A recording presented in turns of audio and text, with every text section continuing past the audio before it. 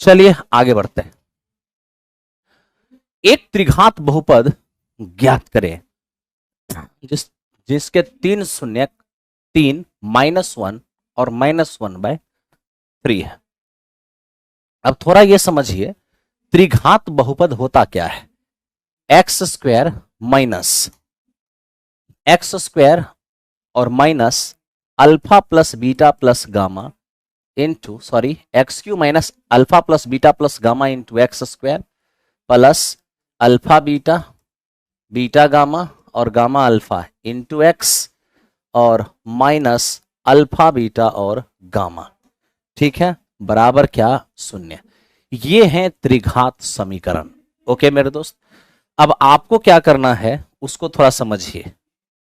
इस क्वेश्चन के अकॉर्डिंग हमें 3 शून्यक अल्फा बीटा और गामा दिया हुआ है। पहले हमें अल्फा बीटा और गामा निकाल लेना चाहिए। अगर हम निकालते हैं 3 -1 -1/3 हो जाएगा 9 -3 -1/3, यानी ये हमारा हो जाएगा मेरे दोस्त 5 और बटे 3। ठीक, एक मुझे अल्फा बीटा और गामा भी चाहिए। तीनों को जब हम गुना करेंगे 3 से 3 कटेगा, माइनस माइनस प्लस 1 हो जाएगा। साथ ही साथ अल्फा बीटा बीटा गामा और गामा अल्फा इन्हें जोड़ना चाहिए। अल्फा बीटा करोगे -3 होगा, बीटा और गामा करोगे मेरे दोस्त ये हमारे पास 1/3 हो जाएगा, ठीक है, और गामा और अल्फा करोगे तो ये हमारे पास -1 हो जाएगा। यानी यहां पर आपको ये 3 माइनस का 9 प्लस का 1 और माइनस का 3 नजर आएगा। यानी कहने का साफ मतलब ये हो गया कि 12 में से 1 जाएगा, -11 और बटे में 3 नजर आएगा। आप आराम से इसको बैठाइए तो ये हमारा एक्स क्यू हो जाएगा माइनस, ठीक है भाई, minus alpha plus beta plus gamma ये 5/3 यहां पर एक्स स्क्वायर हो गया, प्लस -11/3 ये हमारा एक्स हो जाएगा और -1 और बराबर 0। यहां से मेरे दोस्त 3 एलसीएम होगा, 3x square 3x Q 5x square minus ये हमारे पास 11x और मेरे दोस्त ये हमारा -3 और बराबर हो जाएंगे 0। तो इस प्रकार इस क्वेश्चन का आंसर हमारा ऑप्शन नंबर ए हो जाएगा।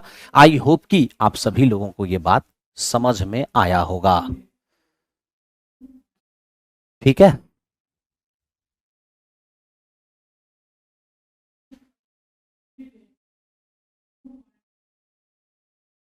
सर ये बहुपद क्या होता है? पॉलिनोमियल मेरे दोस्त, जिसे आप पॉलिनोमियल कहते हो, ठीक है। ये था हमारा 1 नंबर क्वेश्चन। आओ अब चलते हैं क्वेश्चन नंबर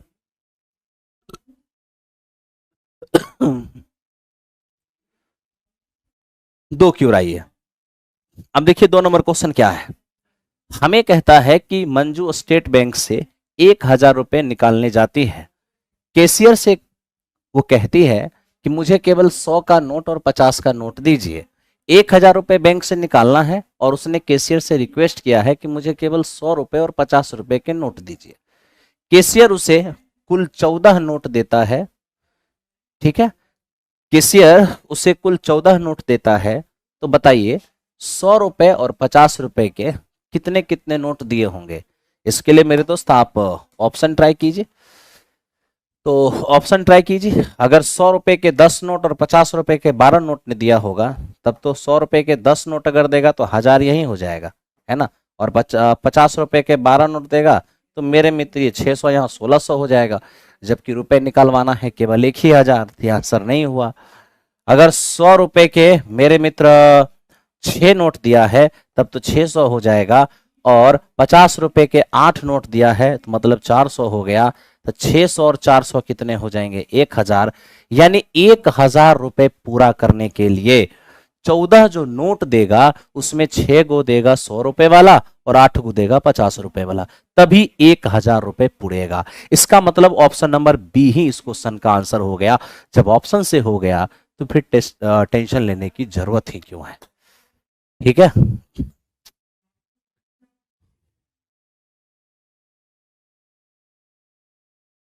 अब अभी मैं पढ़ाऊंगा ना, मैं तुझे खोज के यहां पर देने के लिए नहीं बैठा हूं। सारा वीडियो यूट्यूब पर अवेलेबल है। अब इतना खोज नहीं सकते हो। जब शुरू में ही हम कह दिए कि 11 नंबर टेस्ट है, 12 नंबर कल होगा, तो आज 11 नंबर डिस्कशन है, जिसमें 2 डिस्कशन 4 और 5 डिस्कशन मैं नहीं था उस दिन, पटना में तो नहीं हुई थी, और 4 नंबर 5 नंबर को छोड़ करके बाकी जितने भी डिस्कशन हैं सारे हो चुके हैं। ठीक है, और आज 11 हो रहा है, और क्यों एक ही मैसेज बार बार करके डिस्टर्ब कर रहे हो? अगर डिस्कशन देखना है तो देखो, और नहीं देखना है तो अनाप शनाप जो बोलना है वो बोलो। चलो, खोजने की चीज है, आदमी खोज सकता है। खैर आइए हम काम करते हैं। जो हो रहा है डिस्कशन अभी उसको देखिए, बाकी जो डिस्कशन है मैं कोशिश करूंगा उसे कि एक साथ प्लेलिस्ट बना दें, ताकि कोई परेशानी किसी को नहीं होगा। ठीक है,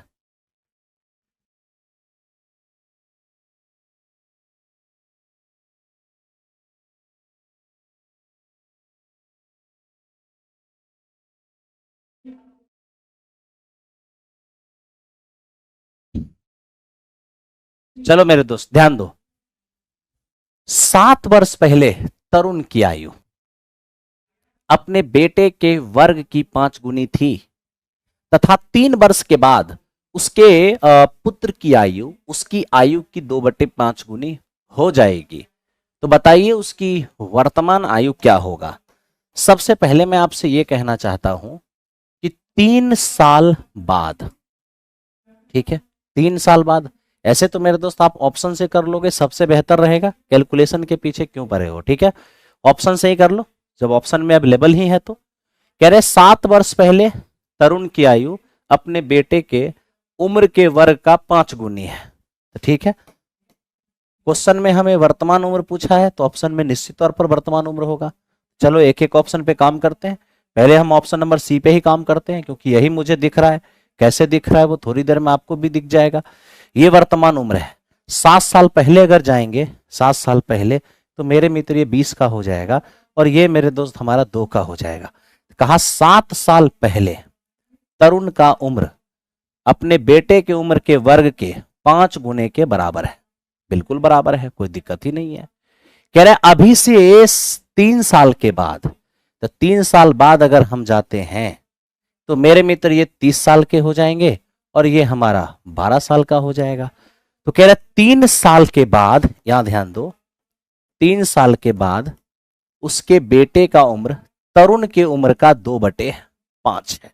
तो मेरे मित्र अगर हम इसका 2/5 करेंगे तो क्या वाकई आ जाएगा 12? हाँ मेरे दोस्त, बिल्कुल 12 आ जाएगा। यानी ऑप्शन नंबर सी ने इसके दोनों ही इंफॉर्मेशन को सेटिस्फाई कर दिया है।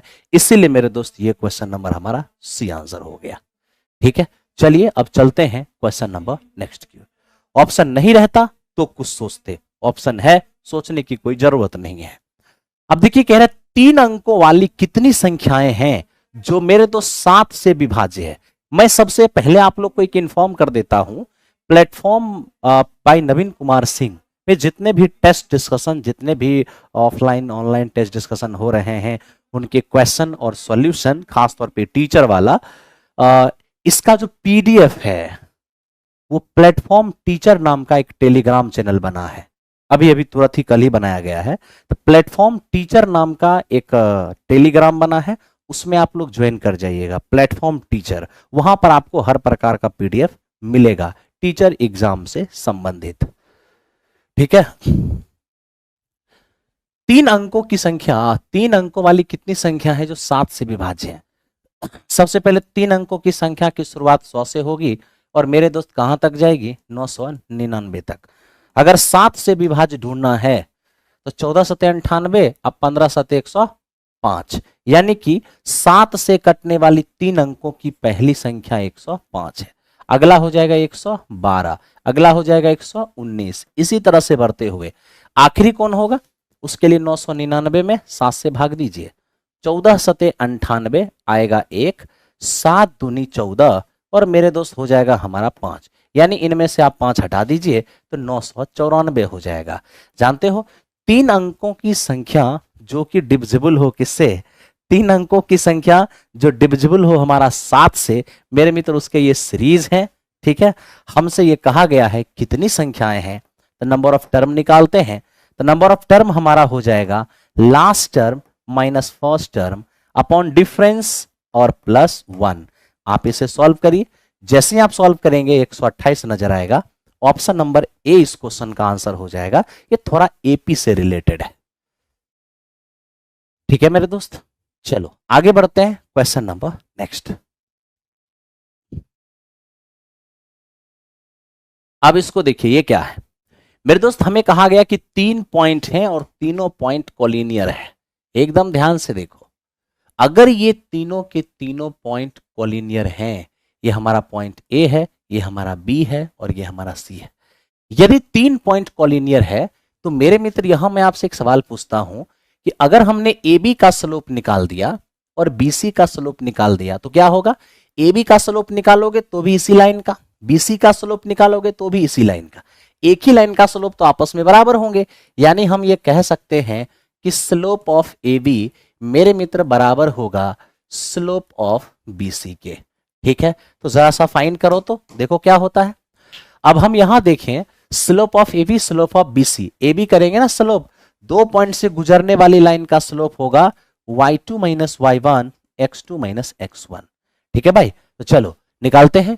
y2 माइनस y1 यानी 1 माइनस 5 और बाई x2 माइनस x1 ये p माइनस 1 हो जाएगा।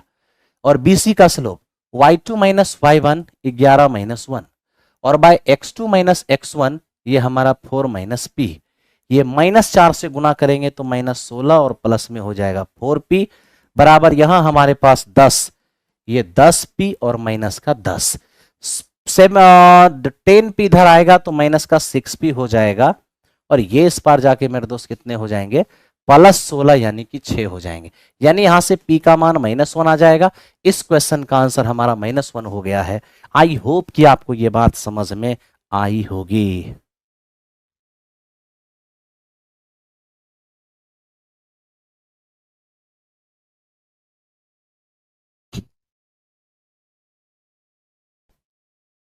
ठीक है भाई, चलो ये था हमारा 5 नंबर। अब 6 नंबर पे आते हैं। 6 नंबर क्वेश्चन देखो क्या है ये क्वेश्चन। ये देखो कहता है कि 6 लंबाई 6 मीटर लंबाई का एक ऊर्ध्वाधर स्तंभ भूमि पर छाया की लंबाई 4 मीटर बनाती है, तो उसी समय एक मीनार की छाया 28 मीटर की हो जाती है, तो मीनार की ऊंचाई क्या रहा होगा। हमसे कहा कि देखिए 6 मीटर का ये हमारे पास एक स्तंभ है जिसकी शैडो कितना बन रहा है, 4 मीटर की छाया बन रही है। ध्यान से देखना, 6 मीटर ऊंचा एक स्तंभ है जिसकी छाया 4 मीटर की बन रही है। कहता है उसी समय एक मीनार है, मीनार जिसकी शैडो मेरे मित्र 28 मीटर की बन रही है। तो बताइए इस मीनार की हाइट क्या होगी। घबराने की कोई बात नहीं, आप बस इसको मिला दीजिए। ये हाइट एंड डिस्टेंस जैसा दिखता है लेकिन ये रियल में हाइट एंड डिस्टेंस है नहीं, ये सिमिलैरिटी है। 90 है तो 90 है, ये वाली कोण दोनों त्रिभुज में, एक त्रिभुज के 2 कोण दूसरे के 2 कोण के बराबर, तीसरा वाला अपने आप बराबर हो जाएगा। हाँ या ना, आप कहोगे हाँ जी सर। अब मेरे दोस्त मैं आपसे एक सवाल ये पूछ रहा हूं कि इसमें इतना सोचना क्या है। जब इस तरह से त्रिभुज समरूप होते हैं, लंब का लंब से कंपैरिजन, आधार का आधार से कंपैरिजन करो, तो देखो इस आधार का ये जो आधार है वो मेरे दोस्त 7 गुना हो गया। अगर इसका ये 7 गुना है, इसका भी ये 7 गुना होगा, यानी ये हो जाएगा 42। तो इस क्वेश्चन का आंसर हमारा हो जाएगा 42। बहुत ही आसानी से आप कर पाओगे, कहीं से आपको दिक्कत नहीं होगा। ठीक है, आओ मेरे दोस्त बढ़ते हैं क्वेश्चन नंबर नेक्स्ट पर। देखो हमें कहा जा गया है कि 2 संकेंद्रीय वृत्तों की त्रिज्याएं। अब देखिए 2 संकेंद्रीय वृत्त है, 2 संकेंद्रीय वृत्त यानी एक ही सेंटर पर 2 सर्कल, एक की त्रिज्या 4 एक की 5। कहता है कि एक वृत्त की जीवा की लंबाई दूसरे वृत्त पर स्पर्शी है, तो ज्ञात कीजिए। ठीक है, अब यहां पर देखो मेरे मित्र हम ये देख पा रहे हैं कि एक वृत्त की जो जीवा है, कहा एक वृत्त की जो जीवा है वो दूसरे का टेंजेंट है, स्पर्शी है, यानी दूसरे वृत्त को एक पॉइंट पर टच कर रही है। ठीक है मेरे मित्र, ये क्या है, ये हमारा छोटे वृत्त की त्रिज्या है, लेकिन त्रिज्या स्पर्श रेखा पर लंब होती है, और जो स्पर्श रेखा छोटे वृत्त की है वो बड़े वृत्त के लिए जीवा है, और केंद्र से जीवा पर डाला गया लंब जीवा को बाइसेक्ट करती है। छोटे की त्रिज्या 4 है और मोटे की त्रिज्या 5 है। जब ये 5 और ये 4, तो पाइथागोरस थ्योरम से ये हमारा 3 हो जाएगा। ये 3, तो मित्र मेरे ये भी हमारा 3 हो जाएगा। तो 3 और 3 कितने हो जाएंगे? 6। तो इस क्वेश्चन का आंसर हमारा 6 हो जाएगा। उम्मीद करते हैं कि सभी को समझ में आ रहा होगा। ठीक है, चलो अब चलते हैं 8 नंबर क्वेश्चन की ओर। अब देखो 8 नंबर क्वेश्चन क्या कहता है हमारा। ये हमसे कह रहा है किसी मकान की निचली खिड़की जमीन से 2 मीटर की ऊंचाई पर है। उसकी ऊपरी खिड़की निचली खिड़की से ऊर्ध्वाधर 4 मीटर की ऊंचाई पर है। ठीक है, किसी क्षण इन खिड़कियों से गुब्बारे का उन्नयन कोण 60 डिग्री और 30 डिग्री है, प्रेक्षित किए गए हैं। तो भूमि से गुब्बारे की ऊंचाई क्या होगा? मेरे मित्र देखो, हुआ यूं है कि यह है भूमि, और भूमि से 2 मीटर की ऊंचाई पर, भूमि से 2 मीटर की ऊंचाई पर एक खिड़की है। ठीक है, खिड़की, और मेरे दोस्त इस खिड़की से कह रहा है कि 4 मीटर ऊंचाई पर दूसरी खिड़की है। यानी यहां पर विंडो 1 है और यहां पर मेरे दोस्त विंडो 2 है, दूसरा विंडो है। ठीक है भाई, तो जमीन से 2 मीटर की ऊंचाई पर पहली खिड़की है और उससे पहली खिड़की से 4 मीटर की ऊंचाई पर दूसरी खिड़की है। हमें कहता है किसी क्षण आसमान में उड़ रहे गुब्बारे का उन्नयन कोण दोनों ही खिड़की पर। ठीक है भाई, दोनों ही खिड़की पर, इसको थोड़ा सा छोटा करना होगा। दोनों ही खिड़की पर कितना? तो 60 डिग्री और 30 डिग्री। 60 डिग्री किस पर? तो पहले चर्चा निचले खिड़की कर, इस पर 60 डिग्री, बाद में डिस्कस ऊपर वाले का हुआ है, तो ऊपर में 30 डिग्री। तो देखिए, अगर पहला खिड़की और दूसरे खिड़की दोनों पर गुब्बारा का उन्नयन कोण बन रहा है, यानी गुब्बारा ऊपर है। ठीक है, तो पहली खिड़की पर उन्नयन कोण बना है 60 डिग्री, तो यहां से देखने वाले ने खिड़की को देखा होगा और एक मेरे मित्र अर्थ के पैरेलल लाइन गुजरा है। ठीक है, इसके बीच कितने डिग्री का कोण है? तो इसके बीच हमें कहा गया है 60 डिग्री का एंगल है। ठीक है, अब क्या कहा गया? मेरे मित्र दूसरे खिड़की पर इसी चीज का जो उन्नयन कोण है, दूसरे खिड़की पर उसी गुब्बारे का जो उन्नयन कोण है, वो मेरे मित्र 30 डिग्री है। ठीक है, अब आपको सोचना जरा भी नहीं है, इस गुब्बारे की हाइट बताना है धरती से, यानी यहां से बताना है। आप अच्छे से मेरे मित्र डायग्राम को समझें और देखें। पहले तो आप ये बताइए 30 डिग्री के लिए लंब कितने? 1, आधार कितने? √3। ठीक, 60 डिग्री के लिए ये पूरा का पूरा लंब हो जाएगा हमारा √3 और आधार हो जाएगा 1। अब आप देखिए नीचे ये एक आयत है और आयत के आमने सामने की भुजा बराबर होती है, तो ये √3 है, इसे भी √3 बनाना होगा। ठीक है भाई, अब आप यहां देखिए, इसमें √3 से गुना, तो इसका साथ ही यहां है, इसमें भी √3 से गुना करना होगा, तो √3 इंटू √3 क्या हो जाएगा? 3 हो जाएगा। अब हम ये कह रहे हैं कि हमारा 3 हो गया, जिसमें ये 1 है तो ये क्या हो जाएगा? 2, और ये 2 है तो मित्र मेरे ये भी हमारा 2 हो जाएगा। आप कहोगे हाँ। अब देखो इस 2 का मान कितना है? 4। 2 का मान 4 तो 1 का मान 2, अरे 2 का मान 4 तो 1 का मान 2, तो बताओ 3 का मान क्या हो जाएगा? 6 मीटर हो जाएगा। 2 रेशियो का मान 4 मीटर, तो 1 रेशियो का मान 2 मीटर, तो 3 रेशियो का मान 6 मीटर। यहां से यहां 6 मीटर हो गया। ये 2 मीटर था तो मित्र मेरे ये भी हमारा 2 मीटर था। तो हमें तो भूमि से हाइट बताना है ना, तो 2 और 6, 2 मीटर और 6 मीटर, कुल मिला के क्या होगा? 8 मीटर। यानी इस क्वेश्चन का आंसर हमारा 8 मीटर हो जाएगा। हम उम्मीद करते हैं कि आप सभी को समझ में आ रहा होगा। ठीक है भाई, चलिए बिल्कुल बिल्कुल इसी तरह से बटन लाइक का प्रेस करते रहिए और मेरे दोस्त काम करते रहिए। आइए चलते हैं अगले क्वेश्चन की ओर। अब इसको देखते हैं मेरे दोस्त, ये क्या है? हमें कहता है कि एक पेंडुलम 30 डिग्री के कोण पर झूल रहा है। वह 8.8 सेमी लंबा आर्क बनाता है, जीवा चाप बनाता है, तो पेंडुलम की लंबाई क्या होगा? अब देखो ये एक पॉइंट है जहां से पेंडुलम क्या है मेरे दोस्त, पेंडुलम इस तरीके से झूल रहा है। ध्यान दो, इस तरीके से पेंडुलम झूल रहा है, इस तरीके से झूल रहा है। ठीक है, अब ये देखो, अगर इसको पूरी तरह से बढ़ा दिया जाए तो ये क्या करेगा, एक सर्कल बना देगा, है ना। यही है आपकी पेंडुलम की लंबाई, जो रेडियस है, एंगल बना रहा है 30 डिग्री का, और ये जो चाप काटा है ना मेरे दोस्त, आर्क, वो 8.8 सेमी का। आपको बताना है पेंडुलम की लंबाई यानी कि रेडियस का मान। ओके, अब चाप की लंबाई क्या हो जाएगा, थीटा, थीटा बटे 360।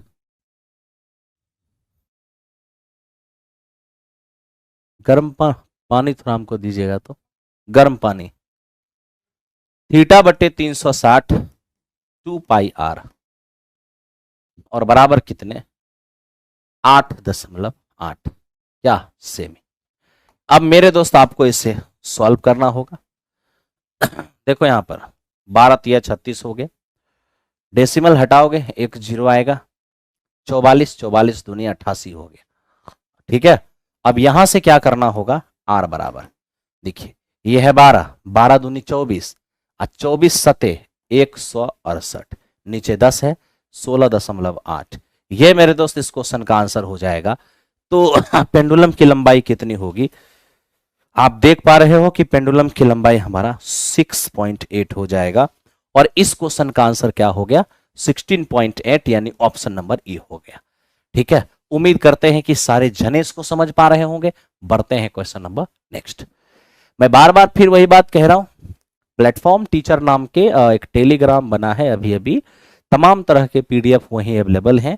आप प्लेटफॉर्म टेलीग्राम चैनल को, प्लेटफॉर्म टीचर टेलीग्राम चैनल को ज्वाइन कर दीजिए, है ना, प्लेटफॉर्म टीचर नाम है उसका।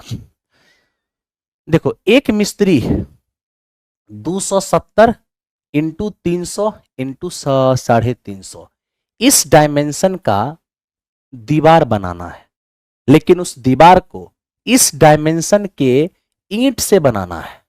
और यह भी ध्यान रहे कि दीवार जो बनाया गया उसका 1/8वां स्थान गारे से ढका हुआ है। गारा मतलब अरे मसाला, ईंट और मसाला दोनों से दीवार बनता है ना, तो दीवार में जितनी कैपेसिटी है उसका कहा कि 1/8 जो है ना, वो मेरे दोस्त सीमेंट बालू का गारा डाला हुआ है। तो भैया टोटल पूरे दीवार का अगर 1/8 गारा होगा तो ईंट कितना होगा, 8 में अगर 1 गारा होगा तो 7 ईंट होगा, यानी दीवार की कुल कैपेसिटी का 7/8 ईंट है। ठीक है, तो जब कभी भी एक 3D फिगर को दूसरे छोटे छोटे 3D फिगर से बनाया जाए तो उसकी संख्या क्या होगी, तो वैसी स्थिति में छोटे की संख्या जब भी निकालना हो तो बड़े फिगर का वॉल्यूम, तो बड़े फिगर का वॉल्यूम, दीवार है घनाभाकार, घनाभ का वॉल्यूम होता क्या है, लंबाई गुणे चौड़ाई और गुणे ऊंचाई, ये हो गया घनाभ का वॉल्यूम। ठीक है, सब में सेमी लगा हुआ है, इसमें भी सेमी है इसलिए यूनिट छोड़ दिए। अब ये हुआ बड़े फिगर का वॉल्यूम। अब इसको बनाने के लिए जिस छोटे छोटे फिगर का, छोटे छोटे ईंट का प्रयोग किया जा रहा है, उस एक ईंट का वॉल्यूम नीचे रखना है। तो 22.5 डेसिमल हटा दीजिए, 11.25 डेसिमल हटाइए, 8.75 डेसिमल हटाइए। अगर आप नीचे से डेसिमल हटाइएगा, 1 अंक, 2 अंक, 3 अंक, और 3 और 2 5 अंक, 5 अंक 5 अंक पहले दशमलव है नीचे में, दशमलव हटाएंगे ना, ऊपर में 1 पर 5 वो जीरो जाएगा। ठीक, दूसरी बात क्या, दीवार की जो कैपेसिटी है उसके 1/8 में अगर गारा है तो 7 तो मेरे मित्र 7/8 में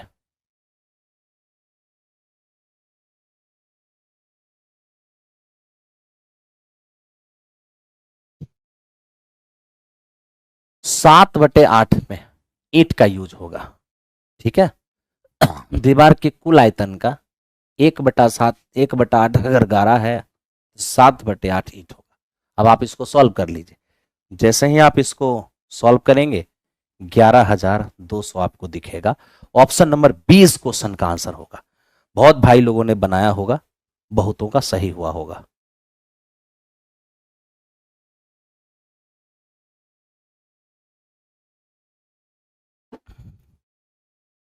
सोनी जी अवश्य, अवश्य।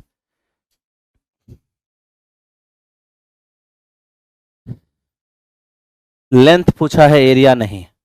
तो हम एरिया कहाँ निकाले, हम भी तो लेंथ निकाले, आर। अरे पेंडुलम का लेंथ क्या है, त्रिज्या ही पेंडुलम है,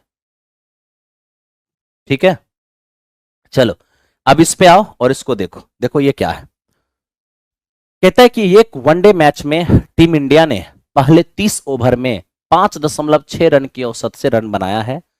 शेष 20 ओवरों में 320 के लक्ष्य तक पहुंचने के लिए प्रति ओवर कितना रन लगाना होगा। अब देखो लक्ष्य कितना है मेरे मित्र, टारगेट है 320 की, ओके। अब किया क्या है, ये 30 ओवर तक 5.6 की औसत से रन बनाया है। 30 ओवर तक इस औसत से रन बनाया है, तो मतलब साफ हो गया कि 168 रन बना दिया है। 320 चाहिए जिसमें 168 रन बना दिया है, यानी मेरे दोस्त जरूरत इसे 152 रन की और है।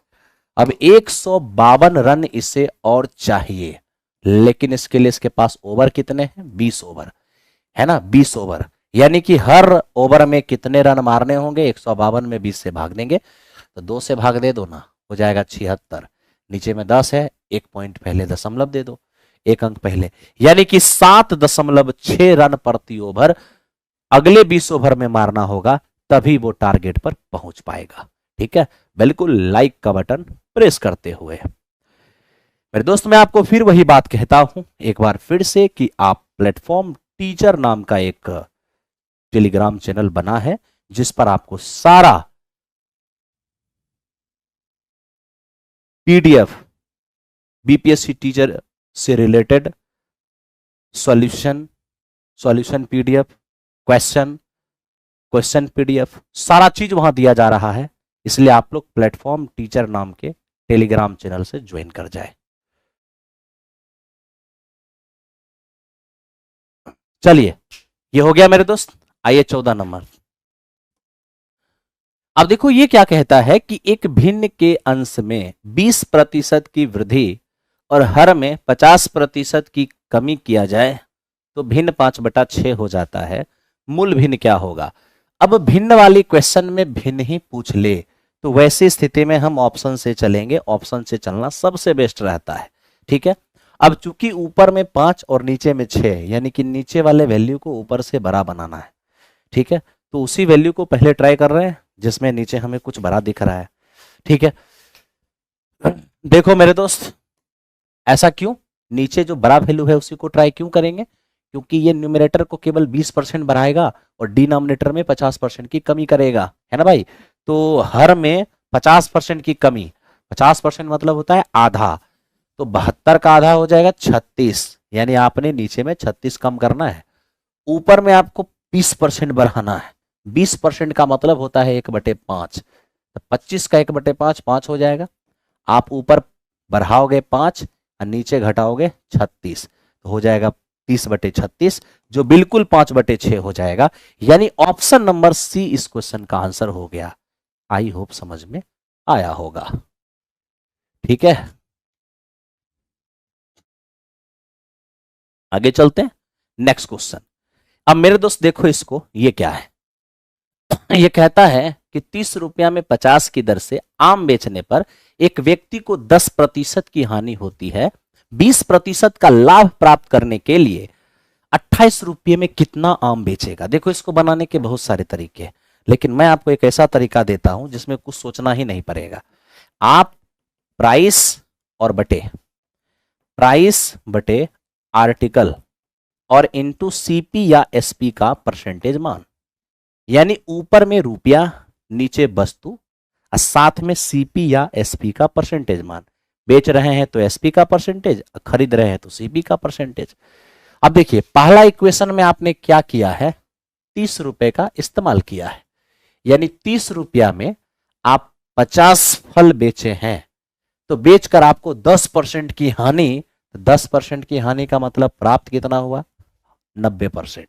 ठीक है, अब आप कह रहे हो तो बताइए 28 रुपए में हम कितना फल बेच दें कि हमें 20% की लाभ यानी 120% प्राप्त हो जाए। बस इसी को सॉल्व कर लीजिए। जैसे ही आप सॉल्व करेंगे तो आप यहां से देखेंगे कि 30 या 90 हो जाएगा और 30 चौको 120 हो जाएगा। ठीक है मेरे दोस्त, अब यहां से हम देख पा रहे हैं, सब लोग ध्यान से देखो, ये 28 है और कोई कटने वाला है मेरे दोस्त? यहां से देखो, बिल्कुल यहां से ये 7 बार में कट जा रहा है। ठीक है, एक 0 से 0 भी गया, 3 से 3 भी गया, फाइनली x बराबर 5 और 7 35 हो जाएगा। यानी इस क्वेश्चन का आंसर 35 हो जाएगा। उम्मीद करते हैं समझ में आया होगा। ठीक है,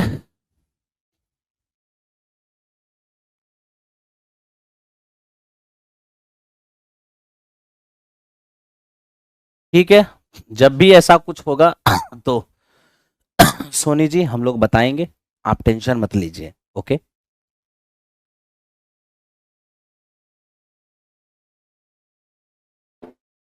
अच्छा ठीक है, ब्लैक मार्कर ही यूज करते हैं। देखिए, एक ठेकेदार 350 दिन में 12 किलोमीटर लंबी नहर खोदने के लिए 45 आदमी को काम पे लगाया। अब 200 दिन के बाद उसे पता चला कि केवल 4.5 किलोमीटर नहर खुदा पाया है। तो समय पर काम पूरा करने के लिए कितने अतिरिक्त व्यक्ति को काम पर लगाना होगा? अब मेरा सवाल तो यह है कि मेरे दोस्त मुझे ये बताओ, 4.5 किलोमीटर नहर खोदने के लिए आप कितना दिन काम किए? 200 दिन। कितने आदमी के द्वारा? 45 आदमी के द्वारा। ठीक है भाई, अब यहां देखना, 45 आदमी से 200 दिन जब आप काम करवाए हैं तो काम कितना हुआ है? 4.5 किलोमीटर। अब क्वेश्चन क्या कहा? क्वेश्चन कहा कितना एक्स्ट्रा आदमी को बुला लें? तो 45 आदमी तो पहले से था ही, मान लेते हैं x आदमी एक्स्ट्रा बुला लिया और समय पर काम पूरा कर लिया। समय पर का मतलब क्या होता है? 350। 350 में अगर 200 दिन यहां यूज हो गया है तो बचा है केवल 150 दिन, यानी बचे हुए 150 दिन में बचा हुआ काम हो जाएगा। अब 12 किलोमीटर में 4.5 किलोमीटर को अगर हटा दिया जाएगा, तनिक सोचना, तो 12 में 4.5 अगर हटा दोगे तो 7.5 किलोमीटर रह जाएगा। हाँ या ना? आप कहोगे हाँ सर।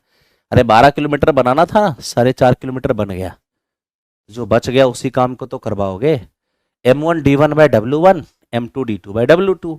चलो अब इसको सॉल्व करते हैं। जैसे ही आप इसको सॉल्व करेंगे तो आप पाएंगे 15 तिया 45 और 15 पचे 75।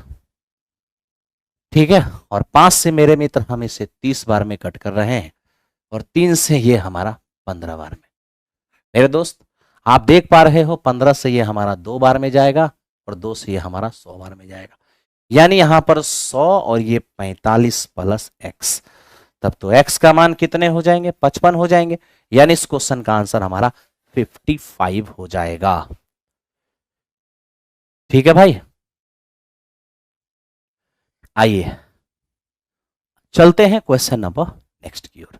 ये हो गया हमारा 16 नंबर क्वेश्चन। देखो 17 नंबर क्वेश्चन हमसे कहा क्या है, समझना अच्छे से। धारा की चाल 3 किलोमीटर पर आवर और शांत जल में आदमी के तैरने की चाल 5 किलोमीटर पर आवर। धारा के साथ 26 किलोमीटर तैरने के लिए कितना टाइम लगेगा?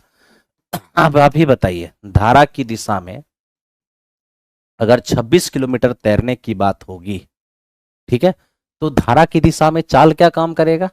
नाव और प्लस धारा। शांत जल में नाव है 5 और धारा है 3, यानी 8 किलोमीटर पर आवर की स्पीड काम करेगा। तब तो 13/4 घंटे लगेंगे, यानी 3.1/4 घंटे। ऑप्शन नंबर मेरे दोस्त 20 क्वेश्चन का आंसर होगा। बढ़ते रहो और देखते रहो। हो गया? अब मेरे दोस्त इसको देखो, ये कैसे आप सॉल्व करोगे। मैं आपको एक छोटा सा बात बताता हूं। क्या मेरे मित्र, आपको पता होगा, क्या पता होगा?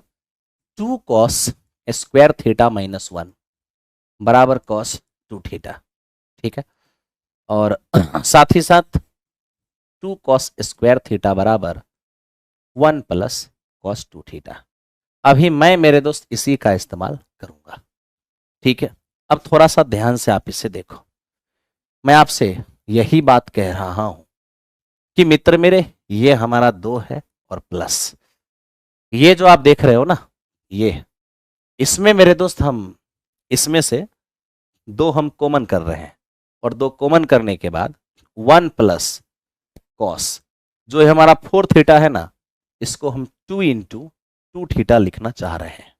यानी मेरे कहने का मतलब क्या हो गया कि यहां पर थीटा के रूप में हम 2 थीटा यूज कर रहे हैं, यानी 1 प्लस कॉस 2 थीटा, थीटा की जगह पर 2 थीटा है, यानी कि हम यहां पर 1 प्लस कॉस 2 इंटू थीटा का यूज कर रहे हैं। और आप ही देखिए 1 प्लस कॉस 2 थीटा बराबर 2 कॉस स्क्वायर थीटा, यानी यहाँ 2 थीटा है तो यहाँ थीटा होगा, यहाँ 4 थीटा होगा तो यहाँ 2 थीटा होगा। ठीक है, आप कहोगे हाँ जी सर।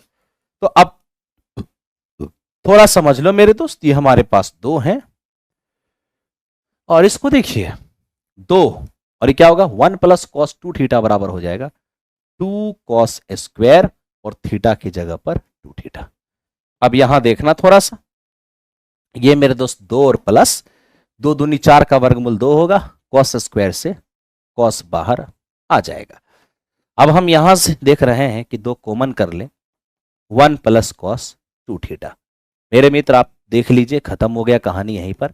1 प्लस कॉस 2 थीटा, तो 1 प्लस कॉस 2 थीटा बराबर 2 कॉस स्क्वायर थीटा, ये डायरेक्ट हमारा हो जाएगा 2 कॉस स्क्वायर थीटा, यानी 2 4 का वर्गमूल 2 और कॉस स्क्वायर थीटा से कॉस थीटा आ जाएगा बाहर, यानी ऑप्शन नंबर ए इस क्वेश्चन का आंसर हो जाएगा।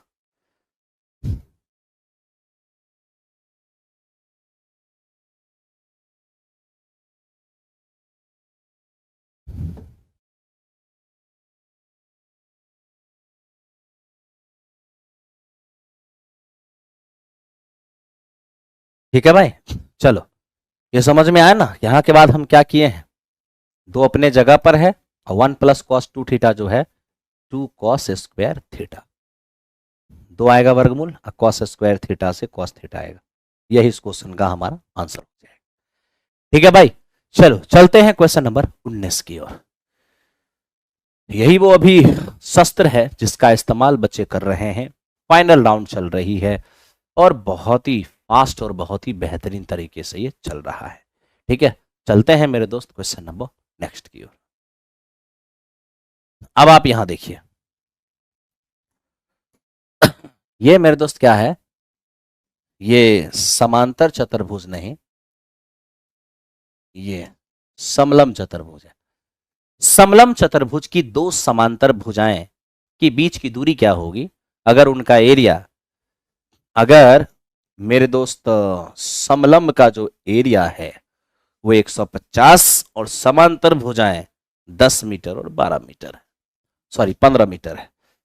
देखिए कभी भी समलंब का जो एरिया होता है 1/2 समांतर भुजा का योगफल और इनटू समांतर भुजा के बीच की दूरी, जिसे समलंब में ऊंचाई कहते हैं, और यही एरिया दिया हुआ है 150। यहां से मेरे दोस्त हम सॉल्व करेंगे, h का मान हमारा 12 मीटर आएगा। ऑप्शन नंबर ए इस क्वेश्चन का आंसर हो गया। ठीक है,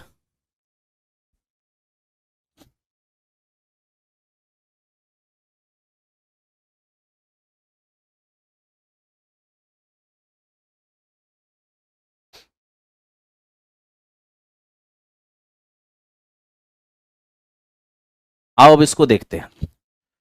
देखो ये कितने बेहतरीन क्वेश्चन है, इससे थोड़ा मिलो मित्र मेरे। देखो हमें यह कहा गया कि एक समबाहु त्रिभुज है, ठीक है, और एक समबाहु त्रिभुज में मेरी बात समझना, एक शीर्ष दिया हुआ है 2,4, दूसरा शीर्ष दिया हुआ है 2,6 और तीसरा शीर्ष हमें पता ही नहीं है, x, y मान ले। अब आप बताइए, है समबाहु त्रिभुज तब तो सभी भुजाएं बराबर होगी, कहोगे हाँ, ये a है, ये b है, ये c है। मेरे दोस्त ये दोनों भी तो बराबर होगा, आप कहोगे हाँ जी सर, कर लो बराबर। ए बी और ए सी बराबर है तो दोनों का स्क्वायर भी बराबर होगा, आप कहोगे हाँ सर। जब ए बी और ए सी बराबर है तो दोनों का स्क्वायर भी बराबर होगा, बिल्कुल। ए बी स्क्वायर निकालो तो ए बी स्क्वायर क्या हो जाएगा, एक्स के अंतर का स्क्वायर तो एक्स माइनस 2 का स्क्वायर होगा, y के अंतर का स्क्वायर y माइनस 4 का स्क्वायर होगा, बराबर। यहां देखो x के अंतर को स्क्वायर करोगे तो x माइनस 2 का स्क्वायर, y के अंतर को स्क्वायर करोगे तो मेरे मित्र y माइनस 6 का स्क्वायर। अब मजे की बात तो यहां पर यह है कि जो चीज यहां है वही चीज यहां है, तो ऐसे ही खत्म हो गया है ना। और ये वाई स्क्वायर माइनस 8y और प्लस 16, ये हमारा वाई स्क्वायर माइनस 12 हुआ है और प्लस का 36। वाई स्क्वायर से वाई स्क्वायर हमारा चला गया, 12 आएगा प्लस में तो 4y हो जाएगा, 16 जाके घटेगा 20 हो जाएगा, यानी y का मान आपका 5 हो जाएगा। लीजिए अब y का मान यदि यहां पे 5 हो गया है तो मैं आपसे एक सवाल पूछता हूं, दो बिंदु के बीच की दूरी क्या होगा? दो बिंदु के बीच की दूरी x2 माइनस x1, 2 माइनस 2 0 का स्क्वायर 0 हो जाएगा, y2 माइनस y1 6 माइनस 4 2, 2 का स्क्वायर 4 हो जाएगा, 4 का वर्गमूल तो 2 ही आएगा, तो ये भी 2 हो जाएगा, ये भी 2 हो जाएगा, ये भी 2 हो जाएगा। अब आपको मेरे दोस्त सोचना थोड़ी, दो बिंदु के बीच की दूरी बराबर कर दीजिए, x अपने आप आ जाएगा। तो लीजिए AC बराबर, AC का मान 2 होगा लेकिन AC स्क्वायर क्या होगा? AC स्क्वायर करेंगे तो 2 का स्क्वायर 4 हो जाएगा। चलिए तो AC स्क्वायर निकालिए, कैसे निकालते हैं? x के अंतर का स्क्वायर, x माइनस 2 का स्क्वायर हो जाएगा, y के अंतर तो 5 में से 6 गया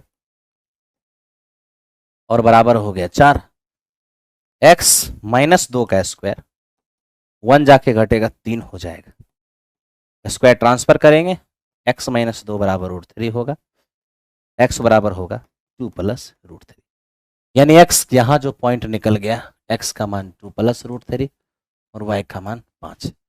कौन सा ऑप्शन है? सी नंबर इस क्वेश्चन का आंसर हो जाएगा।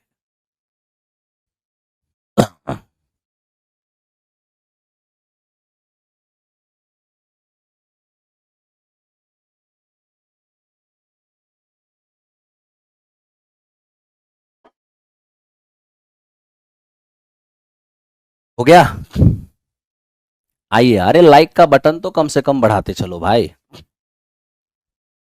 हो गया 20 नंबर। आओ 21 नंबर क्वेश्चन पे चलते हैं। मेरे मित्र देखो ये क्वेश्चन क्या है, यह हमें कहता है कि एक परिवार में दो बच्चे हैं, यदि ज्ञात हो कि बच्चों में कम से कम एक बच्चा लड़का है तो दोनों बच्चा लड़का होने की प्रोबेबिलिटी क्या होगा? परिवार में दो बच्चे हैं जिसमें कम से कम एक लड़के की बात कर रहा है, तो सबसे पहले पॉसिबिलिटी क्या बनेगा?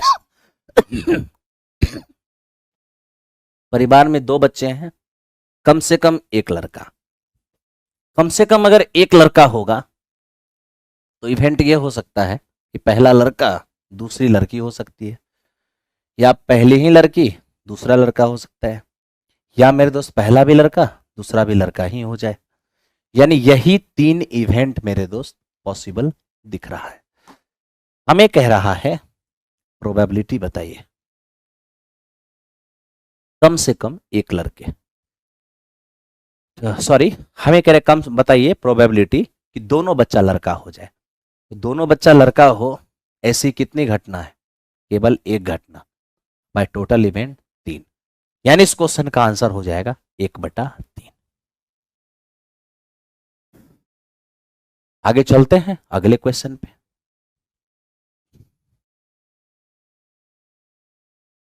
मेरे दोस्त हमारी जो टाइमिंग आप लोगों की सेवा में है, 9:45 में हम आपके लिए लाइव हो जाया करेंगे। 9:45 पर हम आपकी सेवा में लाइव हो जाएंगे।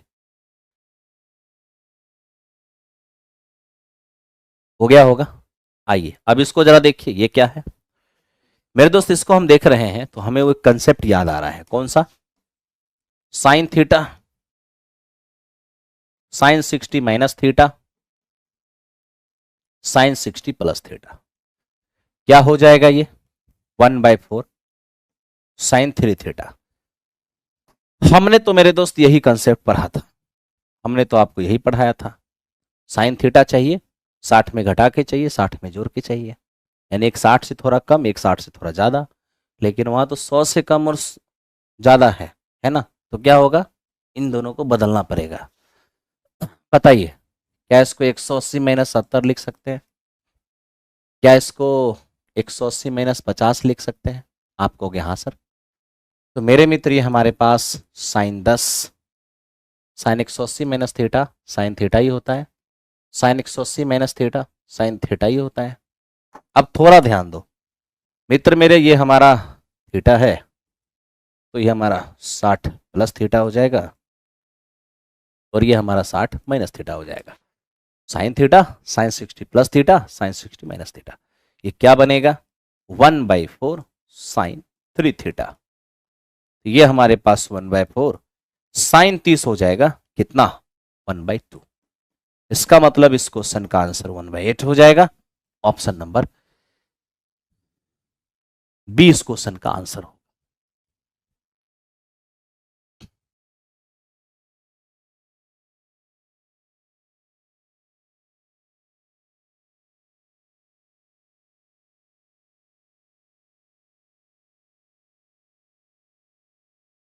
हो गया भाई, चलो आगे बढ़ते हैं।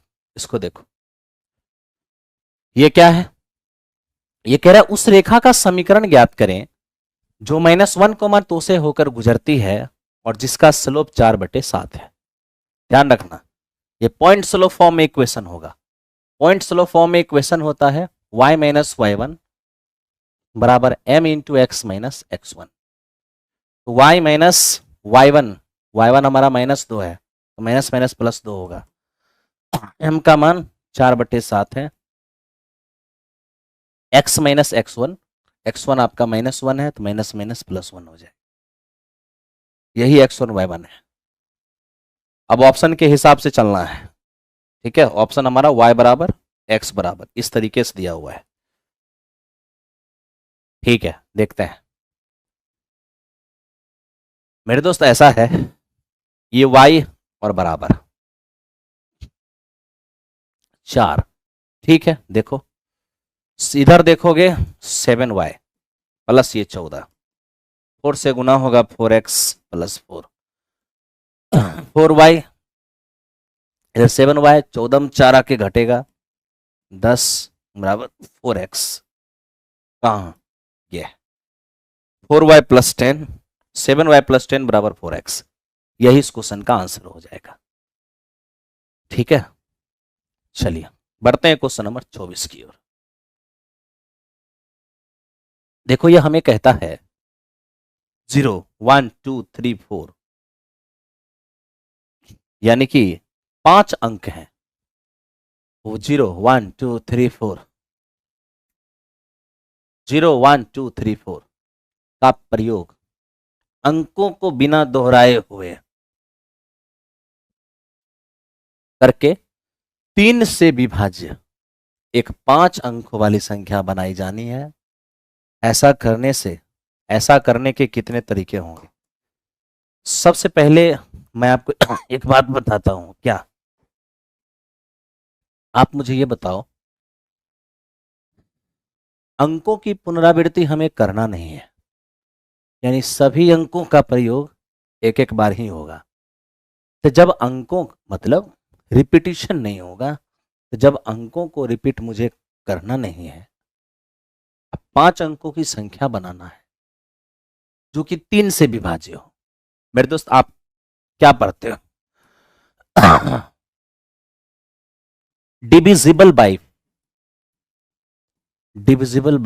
3। अब 3 से डिविजिबिलिटी के क्या रूल होते हैं मुझे ये बताओ। देखो 3 से डिविजिबिलिटी का ये रूल होता है कि सम ऑफ डिजिट अंकों का योग 3 से कटना चाहिए, अंकों का योग 3 से कटना चाहिए। लेकिन आप ही बताइए, अगर इस डिजिट का प्रयोग बिना रिपीटिशन का करेंगे और 5 अंकों वाली नंबर बनाएंगे, तब तो वहां 0 1 2 3 4 इनके अलावा तो कोई नहीं आएगा। जरा सा इनको जोड़ के देख लो, 4 3 7 3 10। अब जिस 5 डिजिट से 5 अंकों वाली नंबर बिना रिपीटिशन का बनेगा, तो मेरे मित्र उसके अंकों का योग तो 10 ही होगा। क्या अंकों का योग 10 3 से कटेगा? नहीं। जब अंकों का योग ही 3 से नहीं कटेगा तो नंबर जो भी बनेगा वो 3 से नहीं कटेगा। इसका मतलब यह है कि इस 5 डिजिट का प्रयोग करके बिना रिपीटिशन किए हुए 3 से विभाजित होने वाले नंबर नहीं बनाया जा सकता। आंसर हो जाएगा ई नंबर। संख्या नहीं बनाया जा सकता, नहीं बनाया जा सकता। कारण क्या है? आप जिस 5 डिजिट का यूज करने कह रहे हैं और रिपीटिशन करने बोल नहीं रहे हैं, तो अगर हम रिपीटिशन नहीं करेंगे तो जो आपका 5 डिजिट है उसी से नंबर बनाएंगे। तो जो आपने 5 डिजिट दिया उसी से नंबर बनाएंगे, तो वो 3 से कटना चाहिए। तो 3 से तो तभी कटेगा जब अंकों का योग 3 से कटेगा। मैंने सभी अंकों को जोड़ा तो 10 आया। अंकों का योग 10 क्या 3 से कटेगा? नहीं। जब अंकों का योग ही 10 3 से नहीं कटेगा तो उन अंकों से बनने वाली संख्या भी 3 से नहीं कटेगा। इसका मतलब हुआ कि इन तमाम डिजिट का प्रयोग करके 5 अंकों वाली बिना अंकों को दोहराए हुए 3 से विभाजित संख्याएं नहीं बनेगी, है ना? 3 से विभाजित संख्याएं नहीं बनेगी। ठीक है, तो इस क्वेश्चन का आंसर कितना हो गया? ऑप्शन नंबर ए हो गया।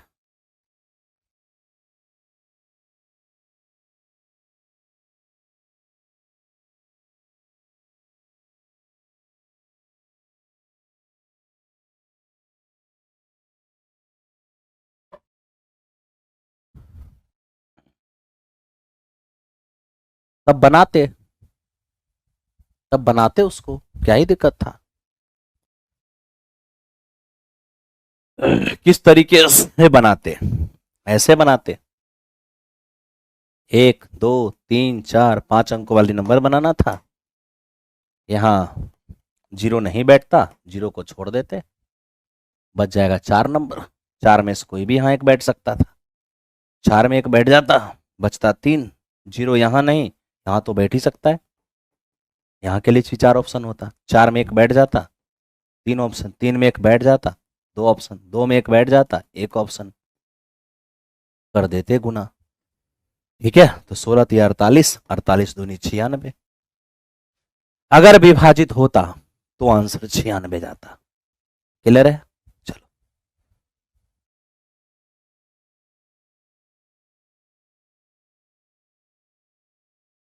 अब इसको देखो मेरे दोस्त, ये क्या है? देखो, ये कह रहा है किसी समस्या को हल करने का अनुपात ए के पक्ष में 3/4 है और बी के अगेंस्ट 5/7 है। यदि ए और बी दोनों समस्या हल करने का प्रयास कर रहा है तो हल समस्या हल होने की प्रोबेबिलिटी क्या होगा? यहां ध्यान दो दोस्त। ए के पक्ष में क्या संभावनाएं हैं? 3/4। और मेरे दोस्त बी के विरुद्ध क्या संभावनाएं हैं? 5/7। जानते हो, ए के पक्ष में अगर संभावनाएं 3/4 है, इसका मतलब है कि ए के द्वारा समस्या का समाधान होने की जो संभावना है, पक्ष में संभावना है मतलब समाधान होने की संभावना 3 है ना? कितना में? 7 में। यह हुआ ए के द्वारा समाधान होने की प्रोबेबिलिटी। अगर हम ए के द्वारा समाधान नहीं होने की प्रोबेबिलिटी निकालेंगे, समाधान होने की प्रोबेबिलिटी 3/7, तो समाधान नहीं होने की प्रोबेबिलिटी 4/7। तो मेरे दोस्त यहां तो था ए के पक्ष की बात, तो पहला हुआ समाधान करने की प्रोबेबिलिटी। यह है बी के विरुद्ध की बात, तो पहला हो जाएगा समाधान नहीं होने की प्रोबेबिलिटी। यानी बी के द्वारा समाधान नहीं होने की जो प्रोबेबिलिटी होगा 5/12। अब मेरे दोस्त आपसे एक सवाल पूछता हूं ये बी के द्वारा समाधान नहीं होने की प्रोबेबिलिटी, ये ए के द्वारा समाधान नहीं होने की प्रोबेबिलिटी। और आपको क्या चाहिए? दोनों के द्वारा, दोनों ने प्रयास किया है और दोनों के द्वारा समाधान होने की प्रोबेबिलिटी। अगर दोनों के द्वारा आप समाधान होने की प्रोबेबिलिटी निकालना चाहते हैं तो आप वन में से दोनों के द्वारा समाधान नहीं होने की प्रोबेबिलिटी घटा दीजिए, होने की प्रोबेबिलिटी अपने आप आ जाएगा। वन माइनस दोनों के समाधान नहीं होने की प्रोबेबिलिटी क्या होगा? ए के द्वारा समाधान नहीं होने की प्रोबेबिलिटी 7/4/7 है और बी के द्वारा समाधान नहीं होने की प्रोबेबिलिटी 5/12 है। अब यहीं पर आप देखिए 1 माइनस 5/21 यानी हो जाएगा 16/21। ठीक है, तो जिसके पक्ष में संभावना बोलेगा तो पहला होगा समाधान होने की, दूसरा होगा समाधान नहीं होने की। ठीक है, और मेरे मित्र जिसके विरुद्ध बोलेगा तो पहला ही होगा समाधान नहीं होने के चांसेस। तो वन में से दोनों के नहीं होने की प्रोबेबिलिटी एक साथ करके घटा दिए, दोनों के द्वारा समाधान होने की प्रोबेबिलिटी आ गया, है ना। It's very simple, very very important. अब आ जाओ इस क्वेश्चन को देखो, बताओ मेरे दोस्त कौन सा आंसर जाएगा। आप लोग भी प्रयास करो।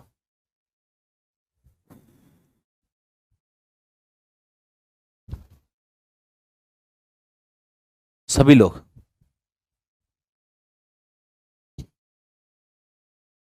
क्या निकालना है? माध्यिका। मेरे दोस्त यहां देखो, माध्यिका होता क्या है? L plus n/2 minus c/f और इंटू h। इसके लिए सबसे पहला काम है संचयी बारंबारता निकालना है, कॉम्युलेटिव फ्रीक्वेंसी, कॉम्युलेटिव। ठीक है, कॉम्युलेटिव फ्रीक्वेंसी। ये हमारा 5 हो गया, 5 और 6 11 हो जाएगा, 11 और 9 20 हो जाएगा, 20 और 12 32 हो जाएगा, 32 और 4 36 हो जाएगा। अब क्या करना है? सिग्मा एफ सारे फ्रीक्वेंसी को जोड़ोगे 36 आएगा। अब आप n/2 निकालिए, 18 हो जाएगा। इस 18 को संचयी बारंबारता में खोजो, कहीं मिल गया तो ठीक है, नहीं तो इससे जस्ट बड़ा। 18 कहीं नहीं मिला, 18 से जस्ट बड़ा 20 है। यही आपका माध्यिका वर्ग है। माध्यिका वर्ग की फ्रीक्वेंसी f है, इससे पहले की कॉम्युलेटिव फ्रीक्वेंसी c है। माध्यिका वर्ग के लोअर लिमिट को l कहते हैं और h क्या है? Upper limit minus lower limit 10 हो जाएगा। लीजिए, तो आपके पास ये हमारा 20 हो जाएगा, n/2 हमारा 18 है, माइनस c 11 है, बाई f हमारा 9 है, h हमारा 10 है। ये 20 और प्लस मेरे मित्र हो जाएगा 70 और बटे 9। 20 और प्लस 9 सते 63, 9 सते 63, 9 सते 63 यानी 27.77। किसी ऑप्शन के अंदर नहीं है, ऑप्शन नंबर ई इस क्वेश्चन का आंसर हो गया। ठीक है भाई लोग, चलो बहुत बढ़िया, ये 26 नंबर क्वेश्चन था। आइए अब चलते हैं 27 नंबर क्वेश्चन की ओर। 27 नंबर क्वेश्चन देखो, ये क्या है? देखो ये बाइनरी में दिया हुआ है और आपको निकालना क्या है? ये मेरे दोस्त बाइनरी में दिया है और आपको इसको दशमलव में फाइंड करना है। कैसे फाइंड करोगे? 101 दशमलव से पहले वाले को अलग फाइंड कर लो और दशमलव से बाद वाले को अलग फाइंड कर लो। दशमलव से पहले वाले को जब फाइंड करते हैं तो मेरे मित्र 2 की पावर 0, 2 की पावर 1 और मेरे भाई ये 2 की पावर। तो यहां से आपको क्या नजर आएगा? गुना करते हुए लिखिए 1, इसको गुना करेंगे 0 और इसको करेंगे 4, इसे ऐड कर दीजिए। यानी कि 101 का डेसिमल 5 हो गया।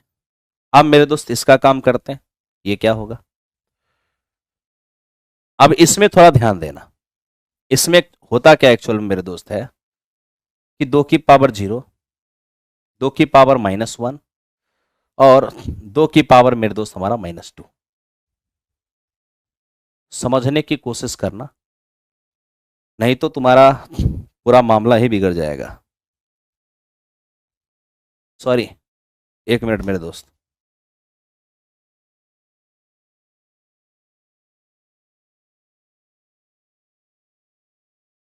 दो की पावर -1, 2 की पावर -2, 2 की पावर -3, इस तरीके से।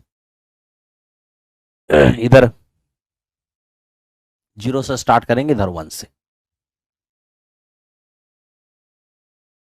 अगर आप मेरे दोस्त करते हो तो ये तुम्हारा क्या हो जाएगा, 1/2 हो जाएगा। ये तुम्हारा क्या हो जाएगा, 0। और ये तुम्हारा क्या हो जाएगा, 1/8। अब आप इसको अगर ऐड करोगे तो ये आपका हो गया 0.125, ये आपका हो गया 0 और ये आपका हो गया क्या, 0.5। अगर आप इसे ऐड करते हो तो 0.625। यानी आप यहां पर देख पा रहे हो कि मेरे मित्र ये हमारा 5 हो गया और दशमलव के बाद बला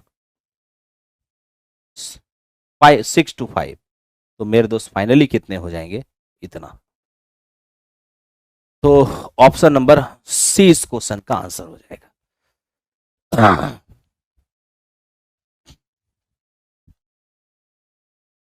ठीक है,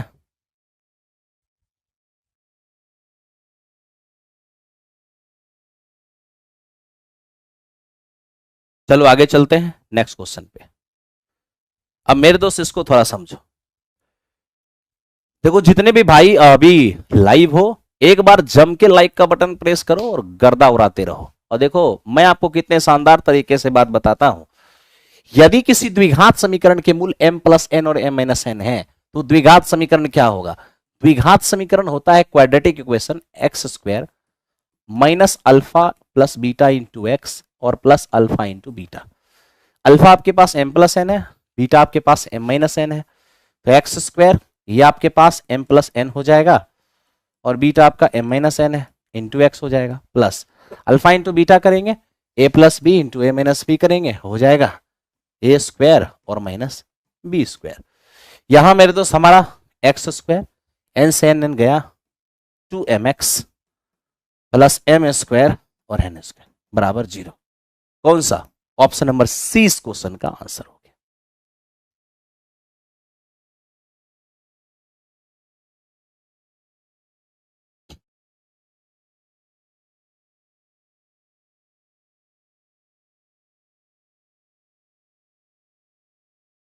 मिस्टर ज्ञान सिंह सेंगर, क्या समस्या है आपको, बताइए। कोई समस्या हो तो बताइए, उसका समाधान किया जाएगा। 3 sin x plus 5 cos x बराबर 5 है। 3 cos x minus 5 sin x का मान क्या होगा। देखिए 3 sin x plus 5 cos x बराबर 5। हमें मान किसका निकालना है, 3 cos x minus 5 sin x, इसका मान निकालना है। मेरे दोस्त आपके पास एक कंसेप्ट होना चाहिए, a sin theta plus minus b cos theta बराबर c। तो बताइए b cos theta plus minus a sin theta बराबर क्या होगा। ठीक है, तो इस स्थिति में मेरे दोस्त प्लस माइनस रूट के अंदर a² plus b² minus c², आपने कंसेप्ट पढ़ी होगी।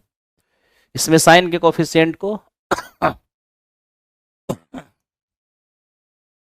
1 मिनट,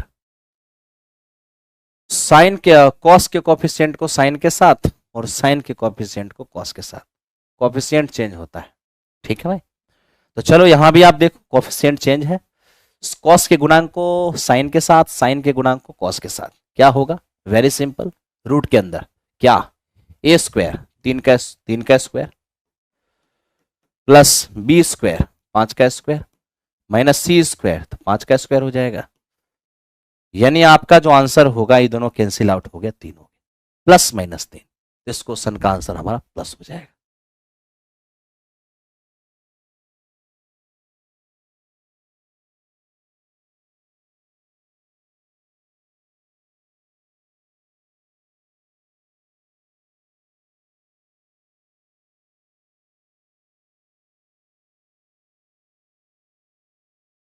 आगे बढ़ते हैं, ध्यान से देखो। देखो ये क्या कह रहा है, 52 पत्तों की एक अच्छी तरह से फेंटी हुई गड्डी में से एक ताश निकाला जाता है।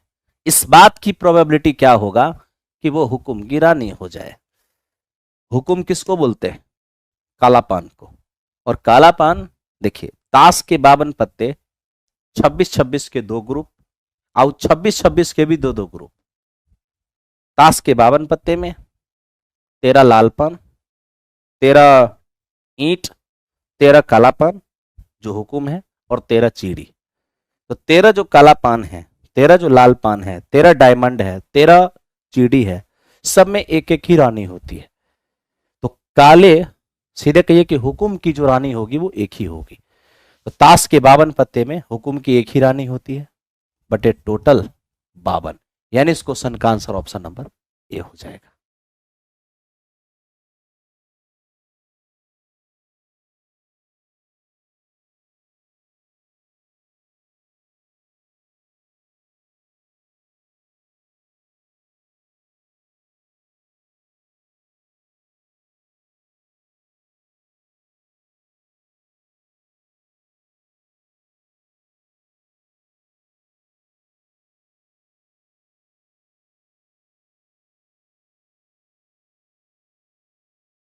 आप झूठ बोल रहे हैं।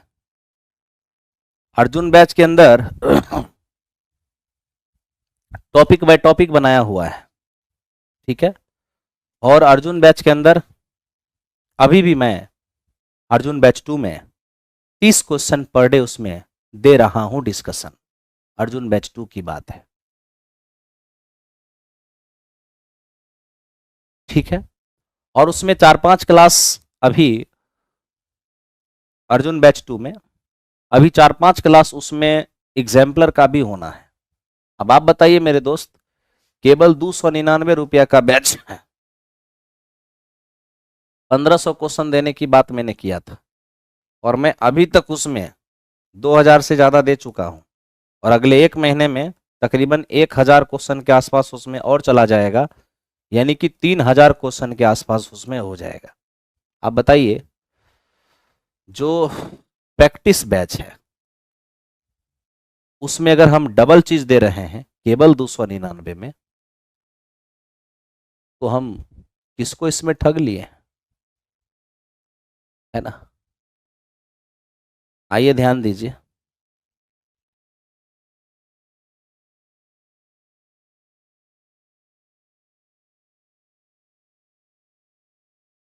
अरे टाइप वाइज कहां से आया, टॉपिक वाइज होता है?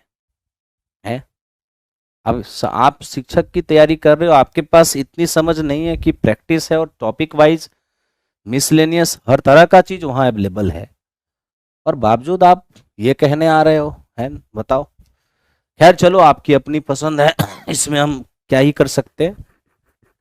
बट हम एक चीज कर सकते हैं, आप कल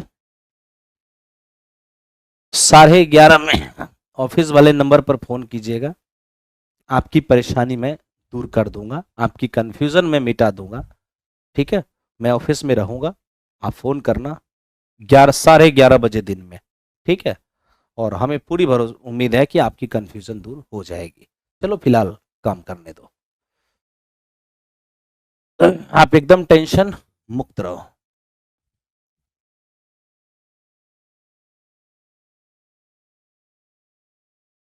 चलो आप इसको देखो मेरे दोस्त, 12, 18, 20 और 25 से पूर्णतया विभाजित होने वाली 5 अंकों की सबसे छोटी संख्या कौन होगी। अब सबसे पहले ये देखो कि जो संख्या 25 से कटेगा ना, उसका आखिरी 2 अंक 25 से कटना चाहिए। तो आखिरी दो अंक 80 है जो 25 से नहीं कटेगा, ये तो आंसर नहीं जाएगा। दूसरी बात, जो संख्या 12 से कट रहा है 4 और 3 दोनों से कटेगा, यानी 4 से भी कटेगा। और 4 से कोई संख्या तभी कटेगा जब आखिरी दो अंक 4 से कटेगा। आखिरी दो अंक 4 से कट नहीं रहा है, तो मेरे मित्र यहां पर ये भी आंसर नहीं जाएगा। लेकिन ये आखिरी दो अंक 4 से भी कट रहा है, 25 से भी कट रहा है, साथ ही साथ 18, 18 छक 108, 18 से भी कट रहा है, यानी इन तमाम संख्याओं से ये कट रहा है। इसलिए मेरे दोस्त यही इस क्वेश्चन का आंसर हो जाएगा। ठीक है, चलो चलते हैं क्वेश्चन नंबर नेक्स्ट की ओर।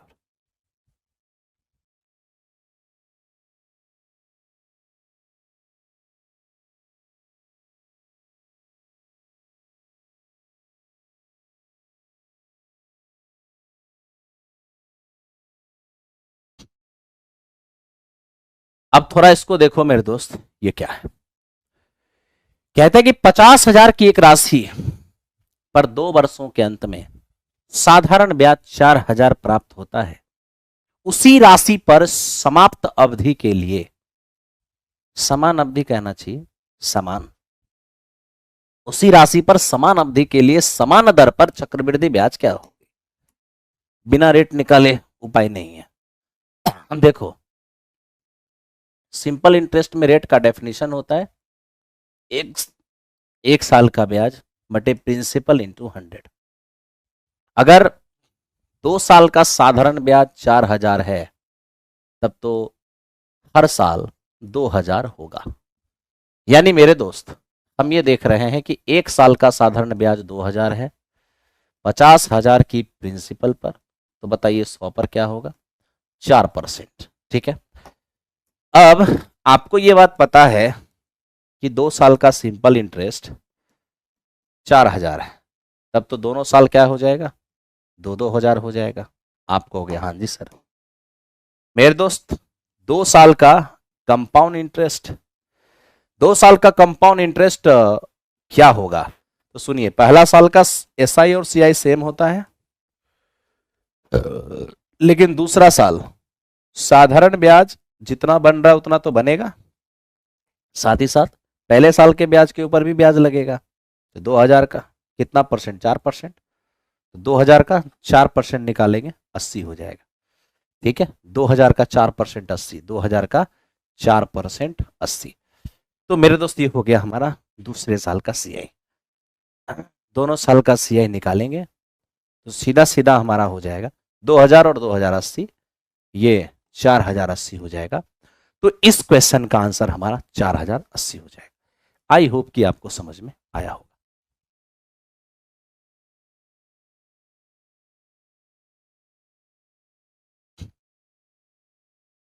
नहीं मेरे दोस्त ज्ञान भाई, मैं कल बात कर लूंगा।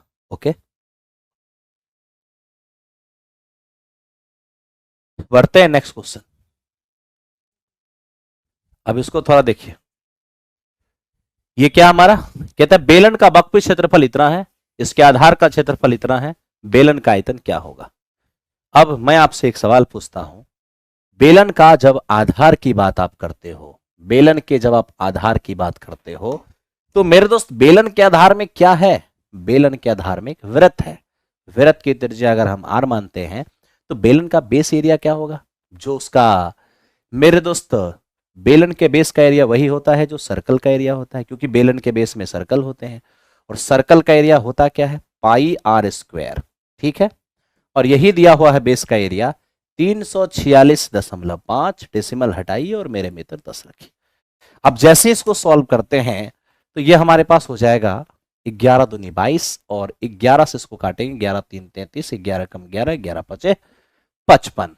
ठीक है भाई, अब और कोई देखो, तो मेरे भाई यहां पर हम यही देख पा रहे हैं कि r स्क्वायर जो हमारे पास है ना, ध्यान से मेरी बात को समझो,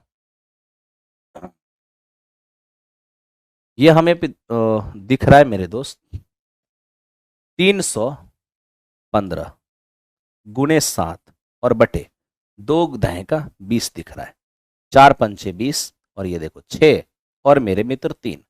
तो r बराबर फाइनली क्या होगा, रूट के अंदर 63 यानी 9 सत्य 63, एक साथ ये वाला है और नीचे 4, फाइनली हो जाएगा 21 और बटे 2। ये हमारे पास रेडियस आ गया। क्या चाहिए हमें? हमें चाहिए साथ ही साथ मेरे दोस्त वक्रपृष्ठ एरिया दिया हुआ है। वक्रपृष्ठ एरिया होता क्या है? 2 पाई आर और एच, ये दिया हुआ है 462। देखो 2 से 2 गया, 7 या 21। अब यहां से 22 दूनी 22 एकम, एच बराबर आ जाएगा हमारा 7। क्या ही दिक्कत है? वॉल्यूम निकालना है, वॉल्यूम निकालना है ना, वॉल्यूम सीधा हो जाएगा पाई आर स्क्वायर 21/2 और 21/2 और एच कितने 7।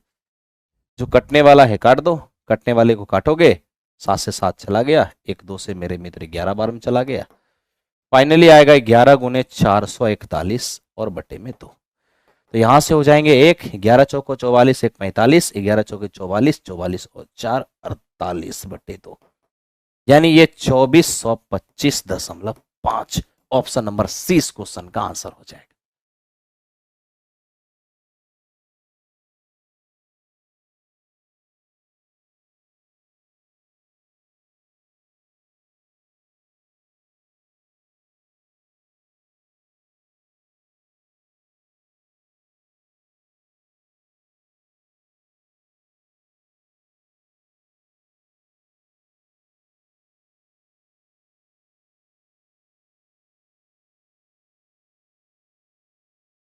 ठीक है,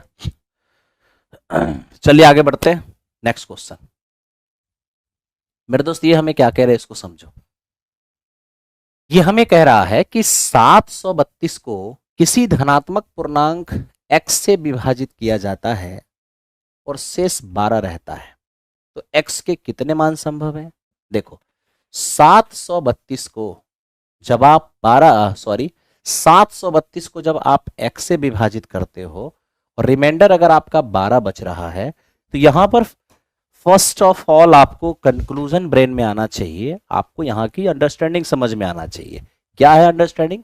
फर्स्ट अंडरस्टैंडिंग ये है कि 732 में x से भाग दिए हैं और 12 रिमाइंडर आया है, तो रिमाइंडर जो होता है ना वो भाजक से छोटा होता है, यानी भाजक का मान सदैव रिमाइंडर से बड़ा होता है। ठीक है मेरे दोस्त। दूसरी बात, हमें x का एक मान नहीं पूछा है, जितने पॉसिबल मान हैं वो सब पूछा है। तो मेरे दोस्त सबसे पहले x का बड़ा से बड़ा मान क्या हो सकता है, ताकि इसमें भाग दे तो ये रिमाइंडर आए।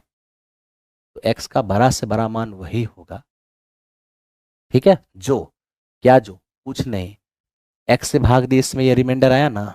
रिमाइंडर कब आता है? जब भाग लगने से ज्यादा रहता है। तो भाग लगने से ये 12 ज्यादा था, इसलिए 12 रिमाइंडर आ रहा है। तो आप इनमें से 12 हटा दीजिए, हो जाएगा 720। आप 720 से भाग दीजिए, बिल्कुल 12 रिमाइंडर आ जाएगा, यानी x का मैक्सिमम मान 720 आएगा। लेकिन चूंकि हमसे x के कितने मान संभव हैं ये पूछा है, तो अब आप समझिए x का मान 720 है, जिससे इसमें भाग देंगे तो 12 रिमाइंडर आएगा।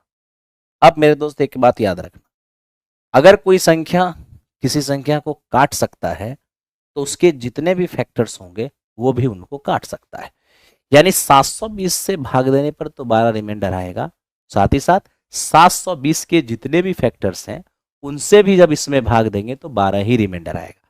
लेकिन इनके 720 के वही सभी फैक्टर्स होनी चाहिए जो कि 12 से बड़ा होना चाहिए। तो मेरे दोस्त इसके लिए क्या करना है, सबसे पहले 720 का फैक्टर्स निकालो, मतलब 720 को विभाजित करने वाली इस दुनिया में कितनी संख्या है। जब आप निकालने जाओगे तो मेरे मित्र आप यही पाओगे 16 नंबर 144, 144 पंचे 720, ये हो गया प्राइम फैक्टराइजेशन। अगर आपको ऑल फैक्टर निकालना है तो पावर को एक एक बढ़ाना होगा, पावर 4 है तो 5, पावर 2 है तो 3 और पावर 1 है तो 2, मेरे मित्र हो जाएंगे 30। यानी इस दुनिया में टोटल 30 फैक्टर्स हैं, यानी इस दुनिया में टोटल 30 संख्या है जो 720 को विभाजित करेगा। लेकिन मुझे आज 720 का वही फैक्टर चाहिए जो 12 से बड़ा हो। तब तो आप देख लीजिए 720 का जो फैक्टर होगा, 720 में 1 से भी भाग लगेगा, 2 से भी लगेगा, 3 से भी लगेगा, 4 से भी लगेगा, 5 से भी लगेगा, 6 से भी लगेगा, ठीक है भाई, 7 से नहीं, 8 से भी लगेगा, 9 से भी लगेगा और 12 से भी लगेगा। 1 से, 2 से, 3 से, 4 से, 5 से, 6 से, 8 से, 9 से, 12 से, आप काउंट कर लीजिए मेरे मित्र। ये हमारा हो जाएगा 2 2 4 2 6 6, 1 2 3 4 5 6 7 8 9, यानी 9। तो क्या करना होगा, तो मेरे भाई इनमें से आपको 9 हटा देना होगा, यानी कितने, 21। टोटल 21 मान संभव होगा। कितने मान संभव होंगे मेरे दोस्त, टोटल 21 मान संभव होगा, 34।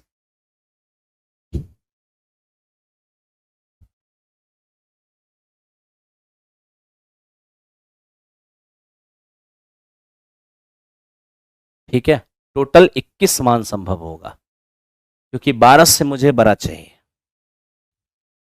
तो 12 से बड़ा चाहिए तो 12 तक तो हमें हटाना ही पड़ेगा। 12 तक हटाएंगे, 1 से, 2 से, इसमें 3 से लगेगा मेरे मित्र, 4 से भी, 5 से भी, 6 से भी, 8 से भी, 9 से भी, और 10 से भी तो लगेगा, एक 10 छूट गया है। 720 में 10 से भी तो लगेगा, यानी मेरे मित्र ये हमारा 10 हो जाएगा। यहाँ पर हमको घटाना कितना पड़ेगा मित्र मेरे, 10 घटाना पड़ेगा, 20 आंसर आ जाएगा। ऑप्शन नंबर सी इस क्वेश्चन का आंसर होगा। हाँ हाँ बिल्कुल बिल्कुल, सी नंबर इस क्वेश्चन का आंसर होगा।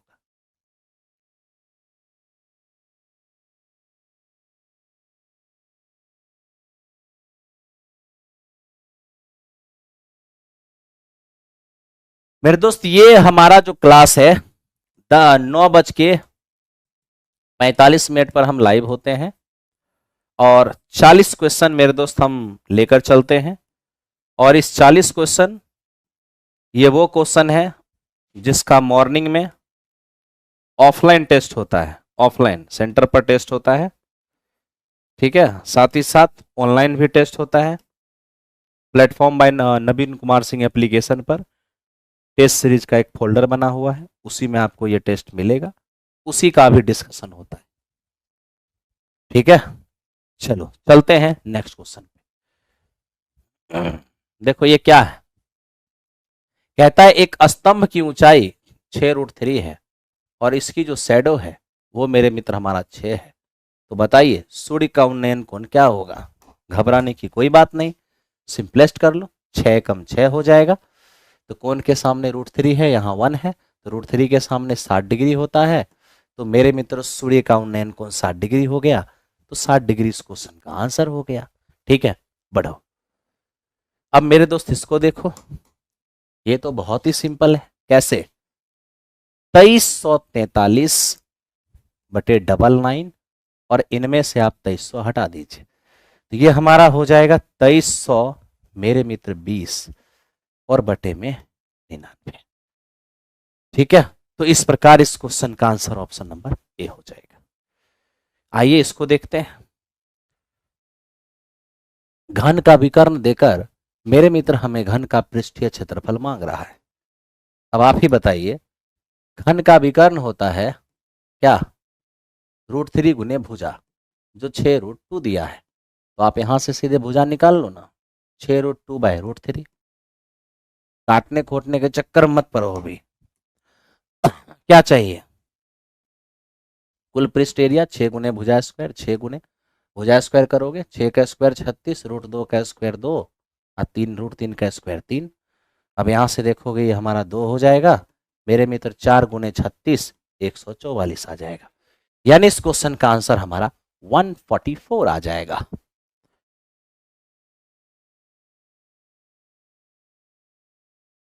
ठीक है,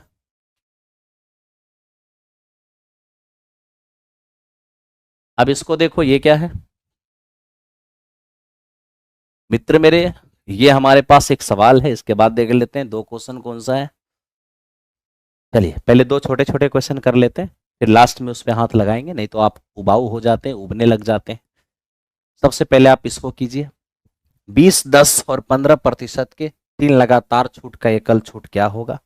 आइए मेरे दोस्त, एमआरपी और एसपी का रेशियो लेना है, क्योंकि छूट एमआरपी पर देते हैं और छूट के बाद बेचते हैं। 20% का मतलब है 1/5 की छूट, 10% का मतलब है 1/10 की छूट, 15% का मतलब है 3/20 की छूट, 1/5 की छूट का मतलब है कि एमआरपी 5 है और 1 की छूट देंगे तो 4 पे बेचेंगे। 10% की छूट का मतलब 1/10 की छूट, एमआरपी 10 है, 1 की छूट देंगे तो 9 में बेचेंगे। 3/20 की छूट का मतलब है एमआरपी हमारा 20 है, अगर 3 की छूट देते हैं तो 17 में सेल करेंगे। क्या हो जाएगा मित्र, इधर हमारा हो जाएगा 1000 और इधर हो जाएंगे 36 और गुने में मेरे दोस्त 17, तो 17 नमे 153 को 4 से करेंगे, 4 तिया 12, 15 चौके 60, 60 और 1 61। अब आप ही बताइए 1000 था जो 612 रह गया, तो कमी कितने का हुआ? 388 का। किससे? 1000 से इंटू 100। सिंपल सिंपल सा आंसर आएगा 38.8%। सो सिंपल, ठीक है, सो सिंपल। आओ मेरे दोस्त, ये इस क्वेश्चन का आंसर हो गया। ठीक है, आओ अब चलते हैं हम इसके अगले क्वेश्चन की ओर। इसको थोड़ा देख लो, ये क्या है मित्र? ये जो आप देख रहे हो ना, ये गिवन पार्ट है। का थीटा का मान 0 से बड़ा और 90 से छोटा, तब तो 30, 45 और 60 ही हो सकता है। आपको हो गया आंसर। कोई एक वेरीफाई करवा लो। चलो 30 वेरीफाई कराते हैं। 11 साइन 30 1/2, तो स्क्वायर करेंगे 1/4 हो जाएगा। कॉस 30 √3/2, तो √3/4 हो जाएगा। और ये हमारे पास 4 साइन 30 का मान 1/2 और माइनस मेरे दोस्त 4 हो जाएंगे।